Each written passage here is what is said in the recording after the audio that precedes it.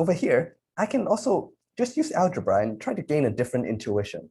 I can group, if you think about it, right? M1 plus M2, that's the total mass of the system. All right. So let's give it a new symbol. All right. So let M equals to M1 plus M2.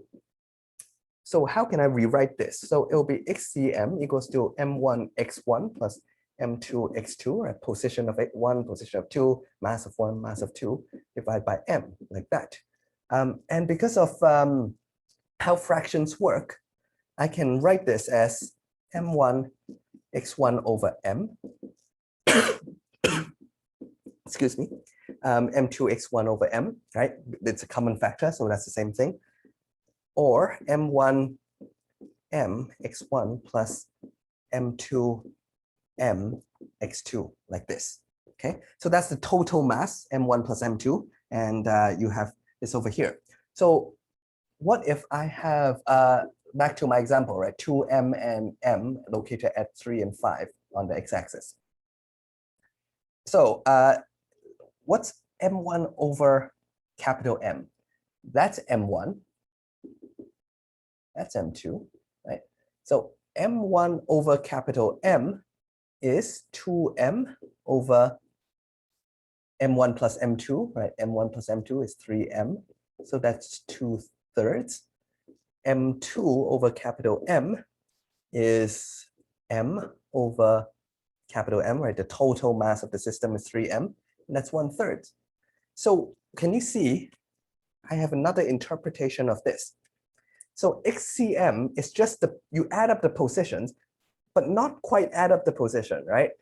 If I hide this, if I hide these two things, right, it's just position 1 plus position 2. So 3 plus 5 is 8. Okay, good. But this is called a weight, okay, or a weighting.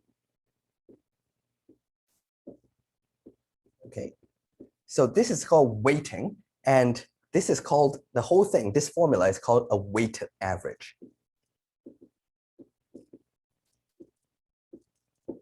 Okay, so it's like taking an average, but you assign a weight for this guy. What's the weight of this guy? The weight is 2/3. The weight of this guy is 1/3, right? 1/3 and 2/3. So I'm assigning more weight to this guy, and this is almost a daily life English language word now when we say weighting or assign a weight to something. How much does something have weight? It's because we should say how much mass, because it sort of comes from here, right? This has a higher mass or weight, and this has a smaller mass, and the ratio is 2/3 and 1/3. So when we assign a weighting over there, yeah, so this is sort of called a weighting or a weighting factor, sometimes like that, right? Of that. So can I write this in a more general case? If I have more than 2 mass, right? Can I write it like this? Yes. So instead of doing let M equals to that, yeah, I'll just squeeze it in the bottom here.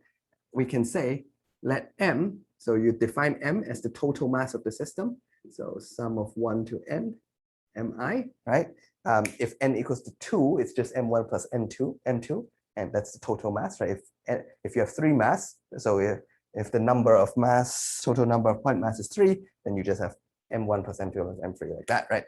So XCM, so therefore, right, remember that's the symbol for therefore, XCM is sum of I equals 1 to n of mi xi over capital M, like this, okay? And that's completely fine as well, but make sure if you use that, so if you erase that and use that as M, make sure not only you write these 4 things, you will also need to define what does M means. It's the total mass of the system.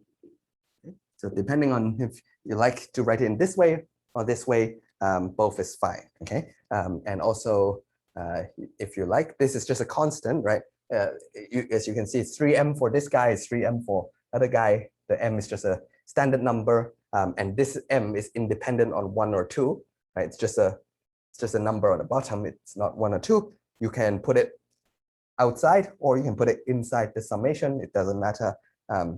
You can write it like this. There's many ways to write it. Equals to 1 to n. And you see this is just reproducing this formula, right? Write this out. Let n equals to 2, let n equals to 3, and convince yourself that it's the same thing.